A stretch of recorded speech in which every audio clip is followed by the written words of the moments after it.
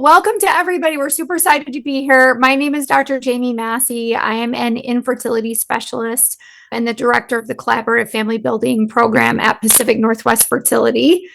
Super excited to be here today with Liberty Smith from Northwest Surrogacy Center. I'm going to give her a minute to introduce herself as well.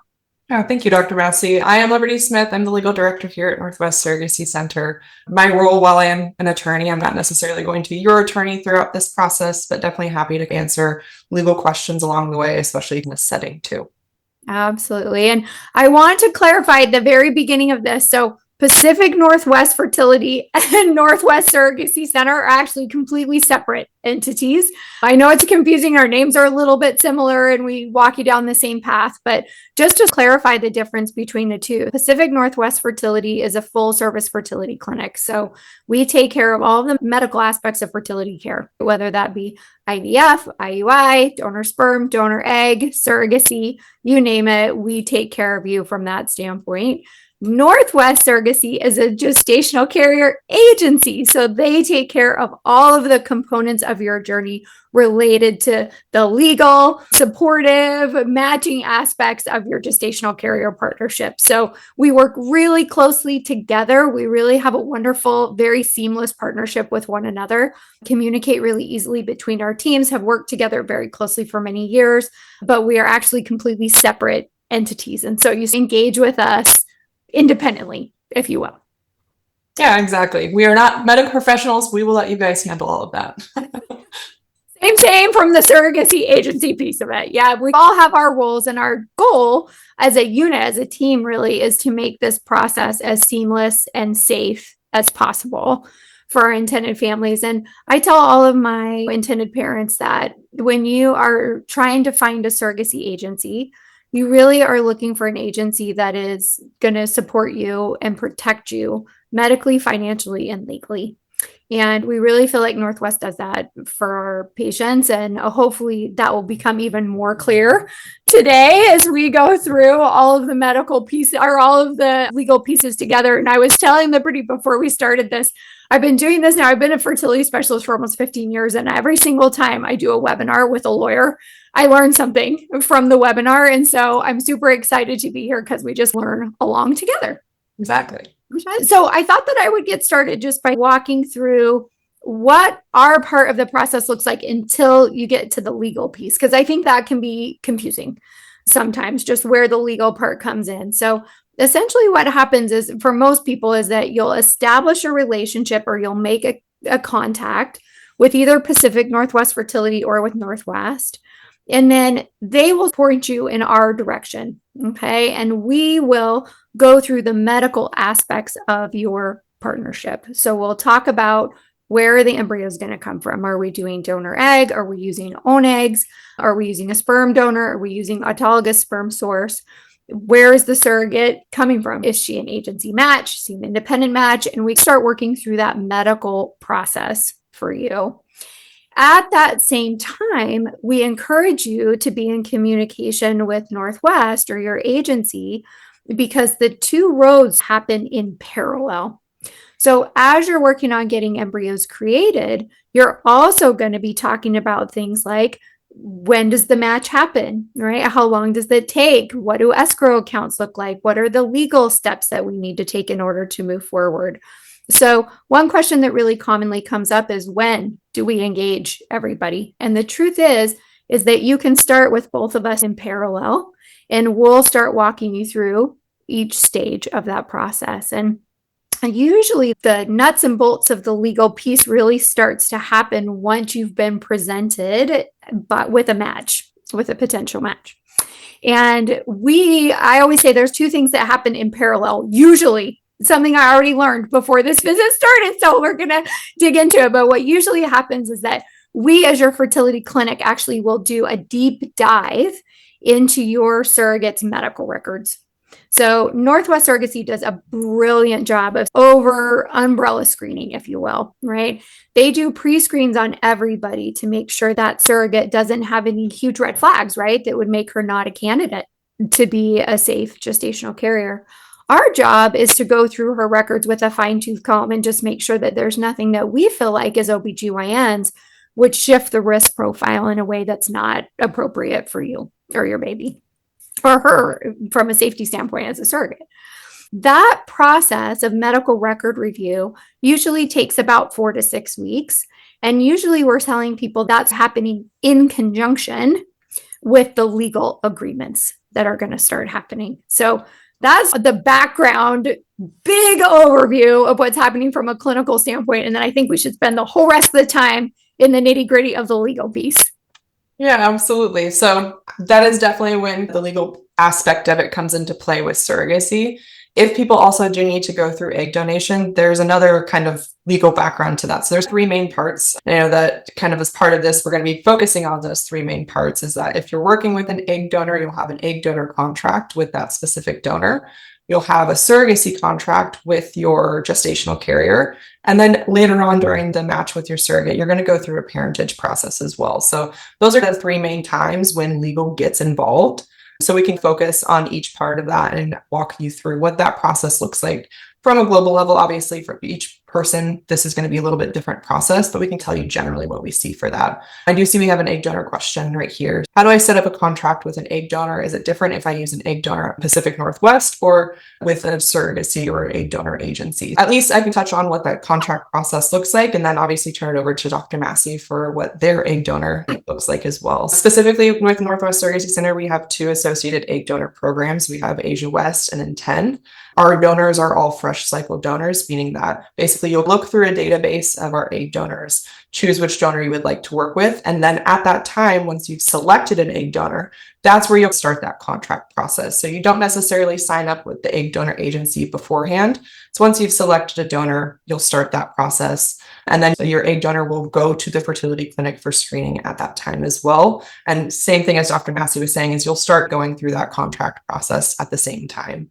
I believe it's a little bit different if you're working with an egg donor who is at the fertility clinic. Correct. So the egg donors, we have 2 egg donor paths at PNWF. We have an internal egg bank that's called Simplify.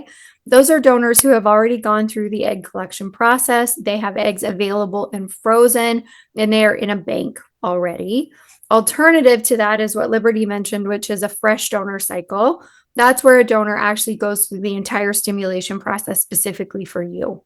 So in-house PNWF donors don't require independent contracts between the intended parent and you because they've already actually done contracting through us. So they've already gone through the process to say, no, I have no say in where these eggs go or who uses them. I have no intention or obligation for parental rights. All of that stuff is actually completed on the front end for you. And so it's a little bit different. I think the take home message, Liberty, if you want to touch on it, is just what does the egg donor agree to in those contracts? What are they saying when they do? Absolutely. The overarching is that I'll talk specifically about Oregon and Washington because that's the 2 main states that play with the 2 of us. Absolutely. Is that we follow the Uniform Parentage Act where specifically donors are aware that they are not a parent to this child. So that's specifically outlined in the contract with your egg donor is that your donor is not going to be a parent to this child. Part of that kind of goes along with that is what does the identification look like? Is she a known donor or what we call a de-identified donor? Usually this in the past was called an anonymous donation. I think in today's society, we know that there's not necessarily something as anonymous when you can do a reversed photo search of someone. But we do try to set people up with the knowledge of what does the potential contact or what does a registration with a donor background look like so that if someone does try to reach out later on in the future, they are prepared for that scenario. So your contract will outline what that contact or identification looks like, understanding that your donor is not a parent. Also understanding that your donor can't necessarily guarantee that a child would be born from the eggs that are donated. All of that's going to be outlined in your contract. Fantastic. And I think similar question with sperm donation. So sperm donation, similar paths, right? People can either do what we call a directed donation. So that's an individual who says, I am going to give my sperm to you for the purposes of family building. Or you can work with a sperm bank in which similar to an egg bank where somebody has already given a sperm sample. They've already said, I know I've legally said, no, I don't want any legal rights to the sperm or the children that result from it. And you can purchase sperm from the bank. And so if you're working with a sperm bank, you don't need a contract with the sperm donor. They've done that on the front end. If you're doing a directed donation pathway, then you do need a contract. And actually, both you and the directed donor should have their own independent counsel. Is that also true? Yes, for egg donation, yes. Absolutely. So very similar processes, I think, for both pathways. And one of the things that we'll talk about when you come and you do a consultation is what sort of permutation of these things makes the most sense for you and your family. And then we can help point you in the direction of legal specialists like Liberty who can help walk you through what you need for each one of those stages. Embryo donation, you want to touch on this one? So that one. Go ahead. Yeah, so I think it's probably pretty similar. We don't necessarily have a service through our agency that would go through that process. We certainly have families who are utilizing donated embryos for their surrogacy process.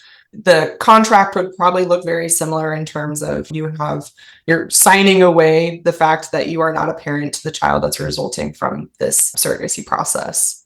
Yeah, absolutely. And PNWF doesn't have an internal embryo donation program, but there are definitely organizations that we work with in the country. And we're seeing more and more where intended families are finding embryos to adopt or to utilize through private resources, social media resources. And the legal pieces of that are a little bit more complex because they usually involve one set of individuals saying, I created these embryos, but I no longer am using them. And then another set saying, I'm going to utilize these embryos to build their families. So same sort of process where both of you have your own legal counsel and you work through that together. And usually that happens at the clinic in which the embryos were created. So a lot of that documentation and that sort of shifting of ownership happens through the clinic in which the embryos are currently stored, where they were created and where they're stored. Mm-hmm. Yeah. Okay. I think that was all of the questions we've had so far, right? So we can dive in. So we talked about embryo creation. So let's talk about a little bit more about what the actual contracting piece looks like. So you've got a potential surrogate match. Her medical history is in review or completed. Now, what are you talking about? Yeah, generally speaking, once she goes to the clinic and she does that in-person screening, during that same time, you're going to be working on a direct agreement with her. So you'll be working with an independent attorney. So we will refer you out to your own counsel. We will refer your surrogate out to her own counsel as well. We start that draft contract just because we want to start it from a neutral point. Also with all the policies that we've talked about with you and with your surrogate from the agency side. But then you will work with your independent attorneys to negotiate the specific aspects of that. And that contract is what's going to essentially control your process. So it's going to say, what's happening with the fees throughout the process. At what points is she receiving payment or compensation for this process? It'll also talk about your IVF clinic. She's agreeing to go to the IVF clinic for that embryo transfer. And what does that process look like? So your direct agreement is really going to be kind of the governing body of what your entire process looks like. That's why we want you to work with an independent attorney, because it's important that you have your voice heard throughout the negotiation process. Absolutely. And how long does that contracting piece usually take? Yeah, great question. So usually we'd say 4 to 6 weeks again for that. Some people can go through that process. They're completely comfortable. They talk to their attorneys. They know what to expect throughout the process. They might do it a little bit quicker than that. We have other families who it might take them a little bit longer to go through that contract process. So on average, 4 to 6 weeks, maybe a little bit shorter, maybe a little bit longer, just depending on the family. How detailed do you see these contracts being? Are they sort of general contracts that allow a lot of wiggle room, or is there really a lot of fine print that guides things like what the surrogate eats or where she lives or where she delivers the baby? Yeah, great question. It varies from family to family. So we do have some families who are more particular. We have some surrogates who are open to those more specific requests from families. Then we have other families who just say, she's happy, healthy, can help me have a baby. We can go through this process with that trust and understanding of she's her own person. She's going to have McDonald's for dinner sometime. You can have your contract up to what you've talked to with your attorney. They'll walk you through what might be realistic in this process as well. So lots of provisions can certainly be covered. Our kind of standard draft contract that we send out is about 30 pages. So it's pretty extensive, goes through a lot of different scenarios, goes through what her experience will look like up to embryo transfer, post embryo transfer, and then even post birth as well. Yeah. Does it cover things like if there's a complication related to the pregnancy? What if there's a scenario where a surrogate needs to be admitted to the hospital early? Are those types of things covered as well? Yeah, so it covers things like lost wages or daycare costs if she does need to be admitted or be on bed rest throughout the remainder of the pregnancy. So there are certain scenarios that we do cover in that. We also cover things like in the event of a miscarriage or a termination. So those are all anticipated in your contract. Not saying that they're going to happen, but we want to make sure that there's a guidance of if those things do happen, what does your contract say? And I see a question about what kinds of things are not enforceable. So this overarching conversation about terminations, at the end of the day, it is her body, it is her choice if she decides to go through a termination. But it is a conversation that the family would have with the surrogate would have with the IVF clinic or the genetic counselor as well. In our experience, in our history, we've only had 14 terminations. And I'm sure Dr. Massie can talk to this a little bit about the circumstances of that. We've never had a surrogate deny going through a termination, but that is something that you can't force her to go through that process. I think my follow-on question to that would be, can you talk a little bit about what that means in terms of the new state laws around reproductive choice? Yeah, absolutely. So part of what we do as an agency is that we're trying to set everyone up for the safest experience. Obviously, there's nuance to that. There's things we can't control, but what we can control is the states that we're deciding to work in, where we're having our surrogates live in. So we only work with surrogates who live in 15 different states. A part of that decision-making went towards what does the access to women's reproductive health care look like? Do they have access to termination? What is the guidelines of how far into the pregnancy if a termination were to be requested by a family? So that's something that we've been cautious in the states that we've decided to work in, just because things happen that are unexpected. We want to make sure that the families and the surrogates have access to safe healthcare throughout that. Absolutely. Yeah, I think that's a really important insight. And for any family that's considering working with an agency, not Northwest Surrogacy, I think it's important to ask the question, where do you pull your surrogates from? Because we have seen more and more in our field restrictions about that really access limitations in terms of access to care.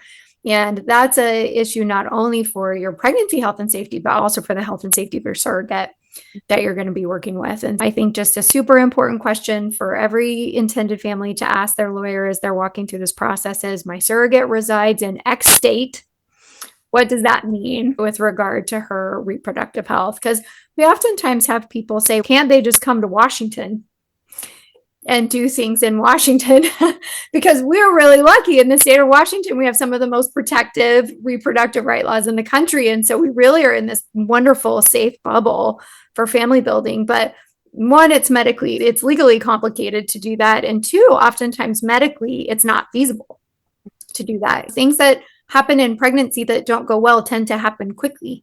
And so we really want people to be able to have access to good, safe care wherever they are. Now, okay. Let's see. How much, a couple more questions. Oh, criteria for matching with a surrogate. I can touch on this a little bit. There's a couple of things that we're really looking for. So number one is that the surrogate must have had a successful pregnancy before. And that really is twofold why we do that. One is that we want to have proven, right, that her body can safely carry a pregnancy. The other is that it's very challenging to give truly informed consent for a process that you have never been through. So at least from our PNWF standpoint, that's always been a little bit of a tricky line, because how can somebody say, yes, I understand and comprehend the risks associated with pregnancy and delivery if you've never had a pregnancy and delivery? All of the matches that you will be presented will have had at least one successful, healthy pregnancy.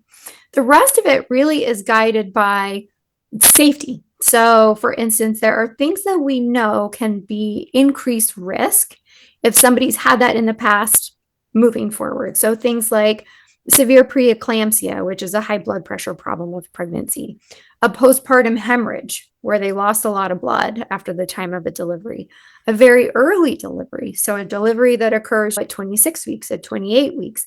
Those are all things that have a recurrence risk that's much higher than it is in people who have never had that history.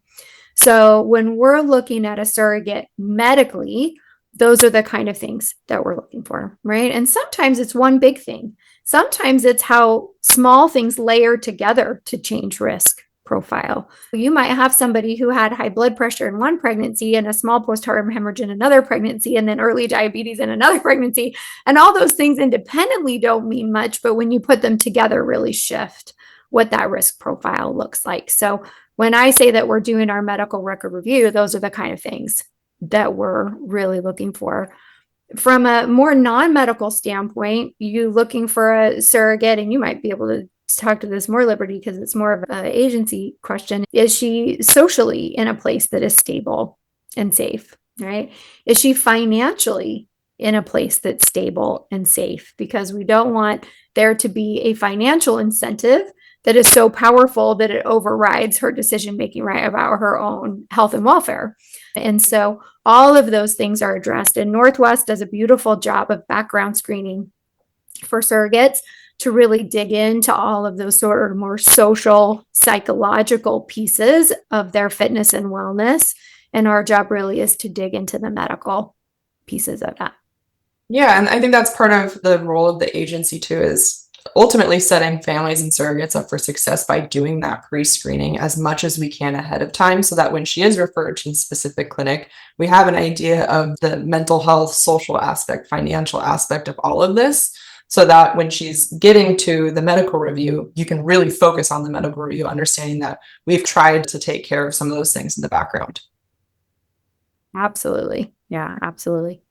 Okay, let's see. This is so good. I love all these questions. How much does the average legal process cost? And are there considerations we should take into account on the legal side, as we don't reside in Washington state, but are looking for a clinic and an agency partner? Love that question. Yeah, I can take care of that one. Average legal cost, it's going to vary based on not only where your surrogate resides, but also if you're working with an agency like Northwest Surrogacy Centers. We have two different financial programs. We have a flat fee that is an all-in kind of package where your legal costs are included for both you and your surrogate at a flat rate. So that process is encompassed in a global deposit. Specifically in that program, the legal costs are about $10,250. If you're working with our other program, that's going to vary based on your actual expenses. So for example, your surrogate's attorney fees will be included in that process. Your attorney fees will not be included in that process. Generally, that's going to vary just based on the attorney that you choose. For example, if you're working with a California attorney, their fees tend to be a little bit higher than other states' attorneys. So your legal expenses are going to vary a lot more than if you're working with an Oregon or Washington attorney. Generally speaking, your legal process is going to take place in the state where your surrogate lives. So if you're working with a Washington surrogate, you'll go through the legal process in Washington state. If you're working with an Oregon surrogate, you'll go through the process in Oregon. So that's going to vary your experience a little bit. Where your clinic is and where your agency is, that's not necessarily going to impact your legal process.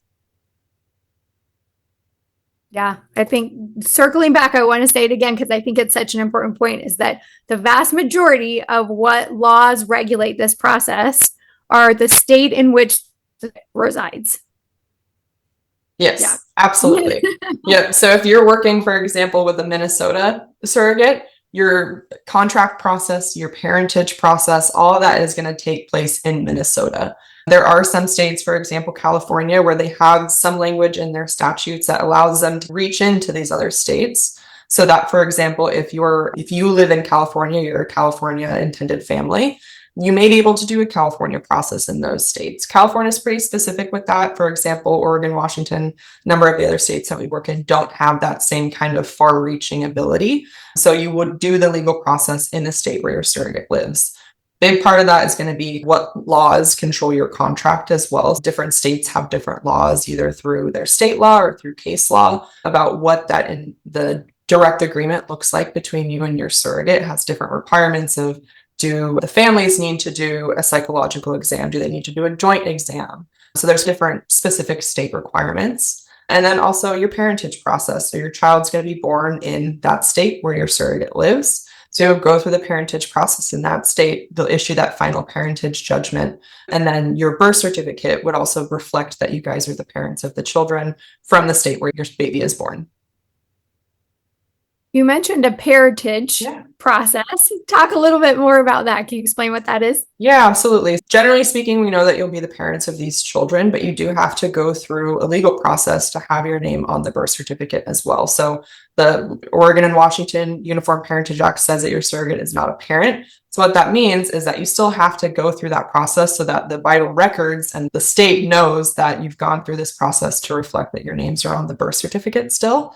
All of the states specifically that we work in, you can go through that process while your surrogate is pregnant, before your baby is born. You'll do what's called a pre-birth order process, so that by the time your baby is born, you can be on that first version of the birth certificate. One of the states that we work in, Minnesota, it varies county by county. So some counties you can do the pre-birth order process while your surrogate is pregnant. Some counties you can do a post-birth order process. You'll still fill out a bunch of paperwork, but then after your baby is born, you'll have a short court hearing with a judge. Then your names will be put on the birth certificate. So you'll still go through that process where your surrogate lives. We'll refer you specifically to attorneys who are licensed in the state where your surrogate lives, just so that they're the most familiar with what that process looks like. If you're in a county where your name doesn't automatically go on the birth certificate, do you still get to go home with the baby? Yes. The short court hearing that you'd have with a judge can be done remotely. It really is, I think, is probably going to start leaning towards that pre-birth order process. It's just Minnesota is one of the newer states there, I think, varying just county by county, but you can do a pre-birth order process. And are there any states that you feel like you really would caution people about? Are there states in which surrogacy is still unsafe, really, from an intent standpoint? Absolutely. So at least in Nebraska and Louisiana, compensated surrogacy, you still cannot go through that process in those states. There's a number of other states that we would caution you against. So the states that we are working in, the 15 states that we're in, are the states that we feel are the safest for surrogacy. So the legal process is really clear, the parentage process is clear, and then the access to women's reproductive health care. So we do have general guidelines on what we think is the safest states. There are others where you can do a compensated surrogacy process. There are just other aspects of it that may not be as safe. So either the termination limits are a lot shorter, or the contract is not as clear, or there's not as clear guidelines for what the parentage process looks like. So that's why we haven't necessarily started working in those states, because we don't feel like they're as safe as the ones we're currently in. Makes sense.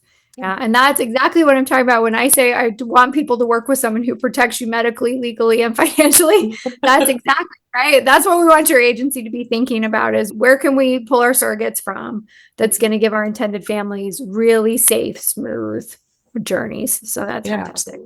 Okay. Let's see. A couple more questions came through. Does the contract have to be complete before the medical screening at the clinic, or just the IVF cycle? I love this question because this is what I learned this morning. So just a little history. I usually tell people that your IVF process, so you know, that can happen anytime. So this process can be broken up by months or years. So we have people who create their embryos and then 5 years later decide, okay, now we're ready to build our family and start the surrogacy process. So creation of embryos is completely independent of your surrogacy path.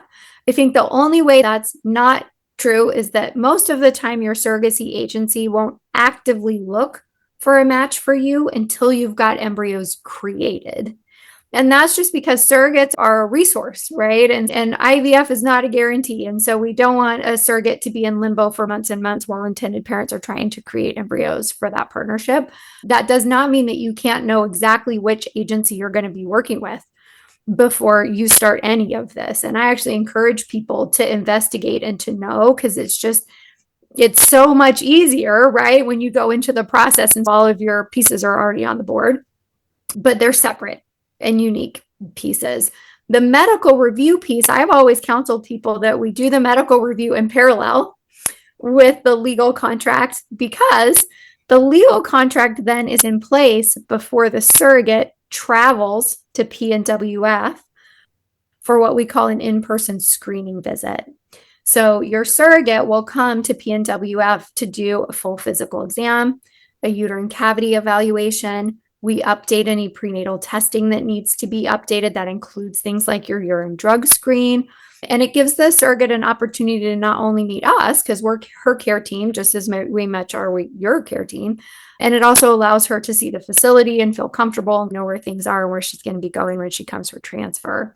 And so all of that comes with costs, right? Somebody's got to pay for the travel and the uterine cavity assessment, et cetera. And so my counseling has always been finish your legal agreements and then plan that. But I just learned a new fun fact today, which is Yeah, so that's generally our thought process too, is we want that contract in place. It's going to cover who's paying for medical expenses, who's paying for medical insurance, what happens if something were to go wrong during that process. So we like to have that contract in place just as that safeguard for everyone involved. There are some states where they don't have that kind of order of operations. They may say you have to have medical clearance before you have legal clearance. So what that kind of looks like is that she may be going to do this uterine evaluation, or she may be starting a mock cycle of her IVF medications without having that contract in place. What safeguard we've tried to implement during that kind of interim process is almost like a mini contract that still covers some of those things about who's paying for medical expenses, who's paying for medical insurance, some of that liability piece of it. It's not your full contract, but that is something that at least gives you and your surrogate some peace of mind if she is having to go through any kind of mock cycle or procedure as she's getting ready for the IVF process. Yeah. And it's just fascinating to me that it would be statewide, that there would be that much detail in terms of what the process looks like. So I learn something new every single time I do this. Yeah, I love that. The take home, I think, is that most of the time, 80% of the time, you're doing medical record review at the same time that you're doing legal contract. Your full contract will be completed and executed before your surrogate ever comes to PNWF for evaluation, unless she resides in one of those handful of states where they require to complete all medical first. Then you'll get like a little mini version of your contract executed initially, and then go back to finish it once all that medical clearance is complete. Yep. And then for sure, in any situation before she starts any IVF medication in anticipation of a transfer, we want that contract in place fully. Absolutely. Absolutely. All right. Next question. Can the birth certificate have two dads on it? Yes, it can. So as you're going through that parentage process, you guys will still work with your attorneys to put your names on the birth certificate. Some states you may have to do what's called a second parent adoption. So if one dad is on the birth certificate, you would just go through a little process after your baby is born to have both of your names on it. Some states you certainly can have two dads on the birth certificate. And my understanding of the second parent adoption is that most of the time that happens when the sperm source goes on the birth certificate, right? And then the non-sperm source partner also gets added to the birth certificate. Correct understanding? Yep. It's not as common anymore for a second parent adoption to have to occur, but it is still something that when we're referring you to these states, you're going to also be talking to the attorney who's licensed in that state about that process as well. Is that process more complicated when people are using both donor sperm and donor egg sources? So there's not an intended parent that's genetically linked to the child? Yeah, some states, yes. So that's also something in the consideration of what states that we're choosing to work in. Some states require at least one of the parents to be a genetic parent of the child as well. We aren't working any of those states that require that, but there are some states that do require that. So then another thing I think to put on your list is that if you're an intended family who's using embryo donation or donor sperm and donor egg, just make sure that you're asking your legal counsel, what states am I safe to match with the surrogate in, so that process is really seamless. Exactly. Let's see, what do we need from a fertility clinic for the parentage process? This is great. So we actually do the easy work on this, and I usually get a written affidavit from your legal team that outlines where the transfer took place, the source of the gametes, so the source of the sperm and the source of the egg, the name of your surrogate, and the location in which the transfer took place. And then we just sign and notarize that, and it goes back to your legal team. Our piece of that process is pretty small, but it actually makes me smile every single time I see one on my desk in the morning, because it means people are getting real close to having a new person in their house. My question for you on that, Dr. Massie, is that do you see that more often with domestic families, international families? Is it across the board? You provide those letters? Yeah, it's really across the board. I think we see them, and more a trend we've noticed. It used to be that we just sign. More and more we've noticed that there's a requirement for a notary, which is new. I'm not sure if that's a reflection of changes in different laws or different jurisdictions, but that's something that we're seeing more and more. But even for our families who are traveling internationally, we usually do a pre-birth verification just to say, yep, you got all the information right. Great. Oh, what are friendly states? Maybe just list 5 that are the most. Washington, Oregon, California, Nevada, Colorado. We have, like I said, about 15 states that we're working in. Those are the ones on the west coast of the United States. But then you have Michigan, Minnesota, Pennsylvania, Massachusetts. There's some other ones in the Midwest and the Eastern United States that we also are working in as well. I would say just from a Northwest Surrogacy Center side of things, we have about 80% of our surrogates who live on the west coast of the United States. So Washington, Oregon, California, Nevada. Very comfortable in those states, do a lot of the legal process in those states. We're very familiar. The attorneys that we refer you to are ones that we work with quite often. So have an abundance of knowledge in those states. And there are states that have just recently enacted protective laws, right? Like New York and I think Michigan, right? Michigan just recently, as of April last year. Yeah. And so those are ones that are friendly but newer. Yes. So still trying to work out the kinks in the system, I imagine. Yes. And in total, 48 out of 50 states, you can do a compensated surrogacy process. Some of them, like we said, are more friendly than others. There may be some element of it that is not as friendly as other states are. So a lot of other agencies do work in all 48 out of 50 states where you can do compensated surrogacy. We take a more cautious approach, but we feel like that's in the better interest of our families and our surrogates. Okay, this is one I definitely can take. Can you talk about the success and risk of transferring frozen embryos from one clinic to another? Yeah, so generally transporting embryos is actually a really safe process. Embryos, just to put it in perspective, embryos are about the size of a period of 5-point font. That's how big they are. They're frozen in tubes that are in straws that are about the size of the inkwell of a pen. And then they're transported in a tank that is 3 feet tall by 2 feet wide and filled with dry ice. So the likelihood that anything is going to happen to them during the transport process is actually very low. I personally have never had a patient have tissue damaged during transport or storage, and knock on wood, that's how we want it to be always. There are courier services that specifically courier tissue. And so we really would encourage people, if they're planning on moving eggs, sperm, or other, to look into a courier service because they really know the ins and outs of the process. They check the tanks, they make sure that all of those things are on the up and up. I think it's important to remember that success rates are driven primarily by embryo characteristics because we do such a thorough job in screening surrogates. If we don't get a successful outcome, it's actually much less common for it to be a uterine environment issue and more common for it to be an embryo related issue. And embryo success rates are really driven by the clinic in which that embryo was created. So for instance, when I am doing a consultation with a couple who is planning to transport embryos from one facility to PNWF or their surrogacy partnership, I actually don't quote success rates because I can't.